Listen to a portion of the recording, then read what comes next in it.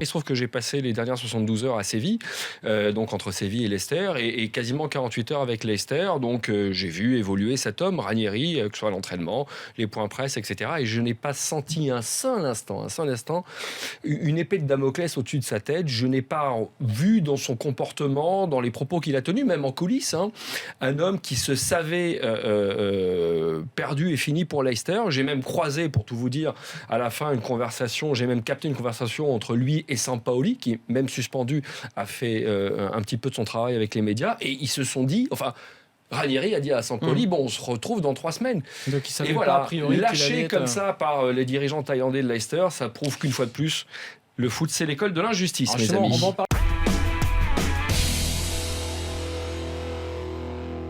Tu peux avoir un super entraîneur, si tu lui donnes une 2 chevaux, il va pas t'en faire une Ferrari, c'est toujours la même chose. Donc Favre, je trouve que ce qu'il fait avec l'effectif niçois, c'est excellent. C'est aussi un peu dans la lignée de ce que faisait Claude Puel, faut pas non plus l'oublier.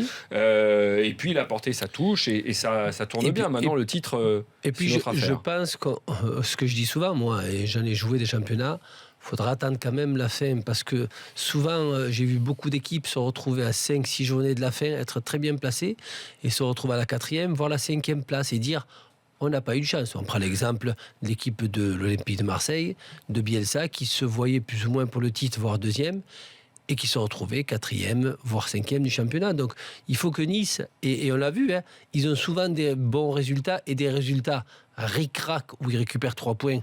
Un exemple, ce match de ce soir, où ils ont la chance que notre ami Le Bihan sort des fagots et te met un doublé, alors que tu peux terminer ce match par une défaite, voire un match nul.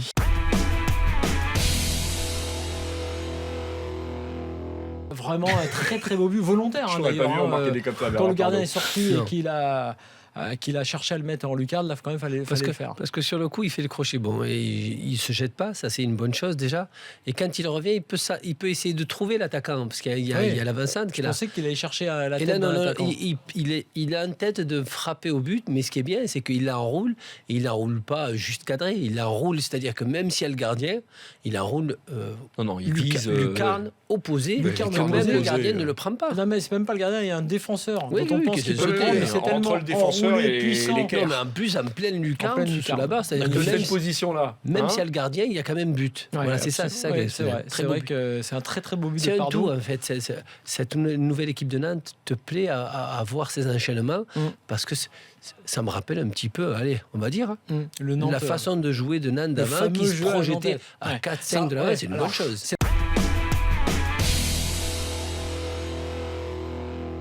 Ce qui est une énorme surprise, ce sont plutôt les conditions dans lesquelles ça s'est passé. Un manque d'élégance totale de la part des employeurs de Claudio Ranieri. Le timing est épouvantable. Tu fais ça après une performance qui était tout compte fait, pas si ridicule que ça, contre Séville. Je veux dire, Leicester est une équipe qui luttait contre la relégation il y a également 2 saisons, nous l'oublions pas, et qui est aujourd'hui à son vrai niveau. Une équipe qui n'est pas dans la zone rouge, qui a une petite chance de se qualifier pour les quarts de finale de Ligue des Champions. Et tu vires l'homme qui lui a donné son seul titre de champion d'Angleterre.